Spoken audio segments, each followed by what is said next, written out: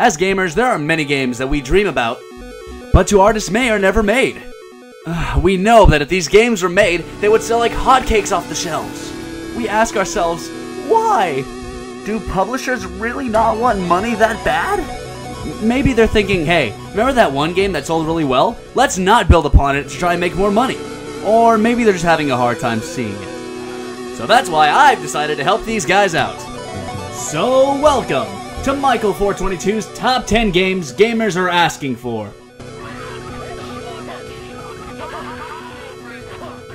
Number 10.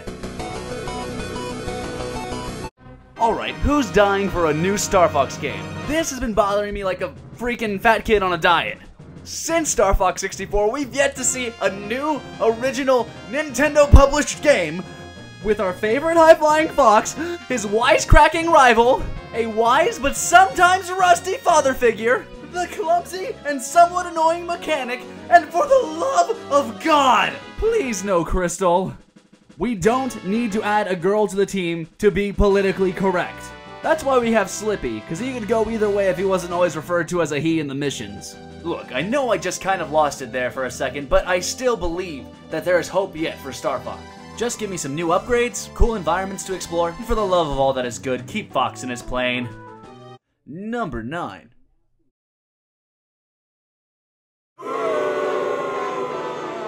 Okay, I know I've talked about this in the past 3 or so top 10s. I guess 3 is the only amount of top 10s. But that doesn't change that this needs to be said. Capcom, I want you to think to yourselves really, really hard. I want you to look at what made Mega Man X fantastic. Original bosses, new and creative armors, secrets to find, and perhaps put an unexpected spin on the gameplay.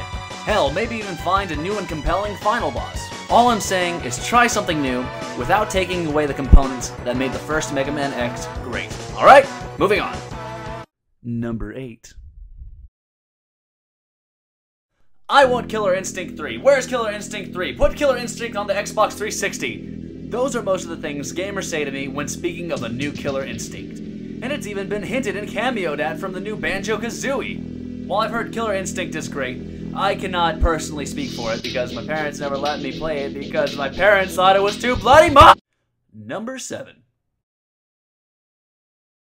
Yet another game that I can add to the list of games that I never played till I was 18 because of my damn sheltering parents. But that's beside the point. When I finally played this game on Xbox Live and PC for Doom 3, I immediately fell in love with both styles of gameplay. The silky smooth auto-aiming in the original Doom, and the somewhat dated yet still holy balls scary Doom 3. I wouldn't mind seeing a new addition to each. Maybe a new factory to explore with some high-def corridors, or keep the style of Doom 3 as a scary first-person shooter. It's been almost 7 long years since we've heard a grunt from Doom Guy or seen his ridiculous speed. One thing's for sure, we as a gaming conglomerate yearn for this game. Make it so. Number 6. Oh man, I can't even begin to tell you how many people I know are yearning for a new 2D Metroid game. Don't get me wrong now, Metroid Prime is great, and I love it. And yes, I also agree that Metroid had to evolve into a 3D game to survive. But I guess it's really a nostalgia factor for us. Now bear with me, I hope this makes sense. Things were less complicated, yet complicated at the same time in a 2D Metroid. Now, I'm gonna try and explain this as best I can.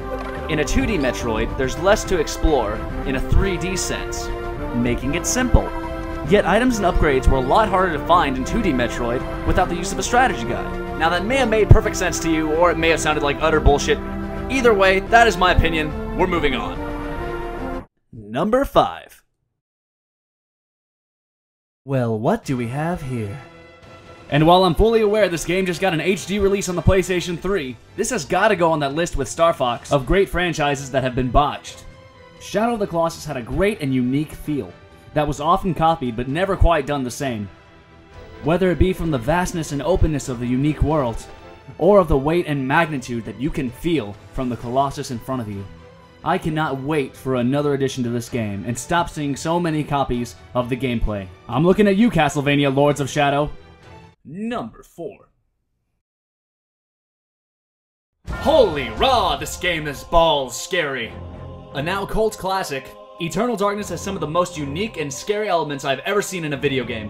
Whether it be from the fourth wall breaking elements that I do not want to spoil for you, or your head falling off your body just Because, unfortunately for us, small developer Silicon Knights has not yet decided to work on a sequel for this game, because it did not sell well when it first came out. In any case, I implore you to play this game, firstly because it'll scare the crap out of you, and secondly just because it's a good game.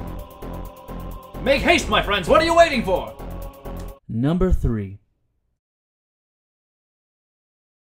I ask myself time and time again, why has this not seen another home console release?